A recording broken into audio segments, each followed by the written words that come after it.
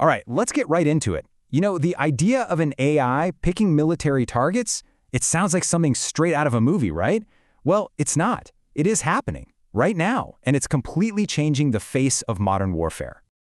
And the crazy part is, this technology is moving so fast, mostly behind closed doors, that our laws, our ethics, our whole understanding of war, they're all scrambling to catch up. This isn't some problem for the future. It's here. Which brings us to the big question, the one we're going to unpack today. What really happens when you give a machine, an AI, one of the most critical jobs in a conflict? Let's break that down. So, just to be super clear, we are way past the what-if stage here. The Pentagon has already put advanced AI into play in some really high-stakes military situations. This isn't a drill, it's the new reality.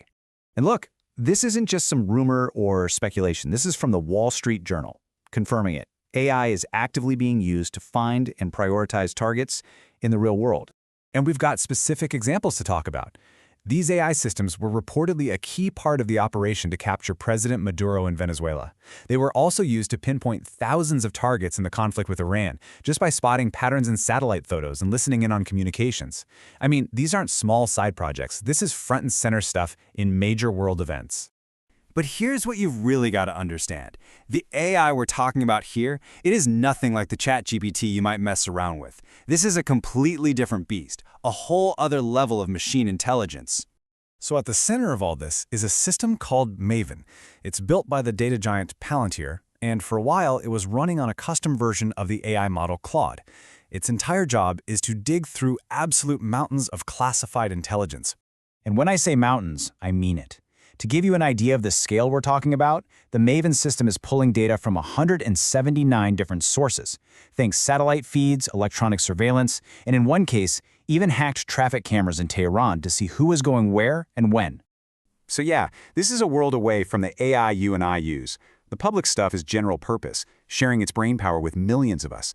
Military AI, it's a custom-built model, fed a diet of classified data, and running on entire data centers all by itself. The performance gap is just staggering. We're talking 5 to 6 orders of magnitude more powerful. It's not even in the same league. And to put that power into perspective, check this out. One study found that a single AI-assisted artillery unit with just 20 people could do the same targeting work as 2,000 staffers. Think about that. It's a massive force multiplier, turning battle planning that used to take weeks into something that happens in real time. But, as you can imagine, this incredible power led to an equally incredible conflict. Because the very company that made the AI model, Anthropic, suddenly found itself in a showdown with its biggest, most powerful client, the Pentagon. Okay, so here's how it all went down. Anthropic signs this huge contract. Then the Pentagon comes back and says, hey, you need to remove all restrictions. We need to be able to use this for all lawful purposes. Anthropic pushed back, the Pentagon basically gave them an ultimatum, and just 2 days later, Anthropic walked. They said no. So what was the big deal? What were they fighting over? Well, Anthropic put its foot down on 2 things. First, they said no way to using their AI for mass surveillance of Americans. And second, they insisted that a human being always has to be in the loop for life or death decisions. In other words, no fully autonomous killer robots. See, the Pentagon's proposed contract had these loopholes. They could basically do anything as long as it was in line with laws or if they deemed it appropriate. For Anthropic's CEO Dario Amodei, that just wasn't going to fly. He drew a hard line in the sand with this powerful statement. And just like that, the partnership was over. Now, that could have been the end of the story, right? Tech company takes a stand, roll credits. But what happened next was honestly kind of shocking, and it sent major waves through the entire tech industry.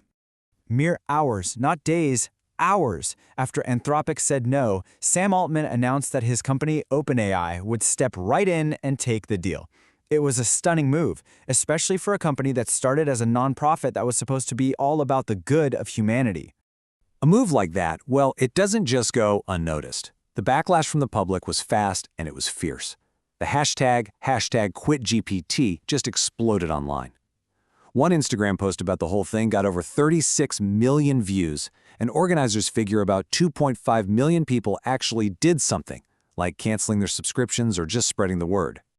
Okay, so I know you might be thinking this is all just high-level drama between giant companies and the government, but that first red line that Anthropic refused to cross, Mass surveillance, that's the part that brings this whole thing right into our personal lives.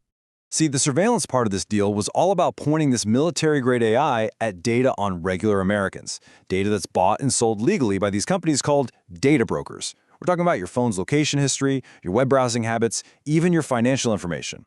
The fear wasn't just about tracking people. It was about using this super powerful AI to build incredibly detailed profiles on millions and predict their behavior.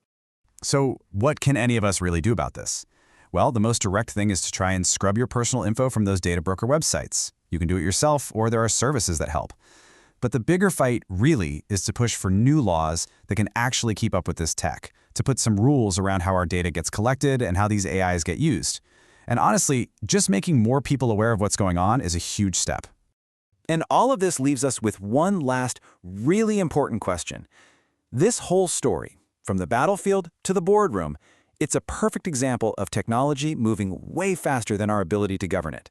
And when that happens, you have to ask, who's actually in charge here? Who gets to write the rules for our future?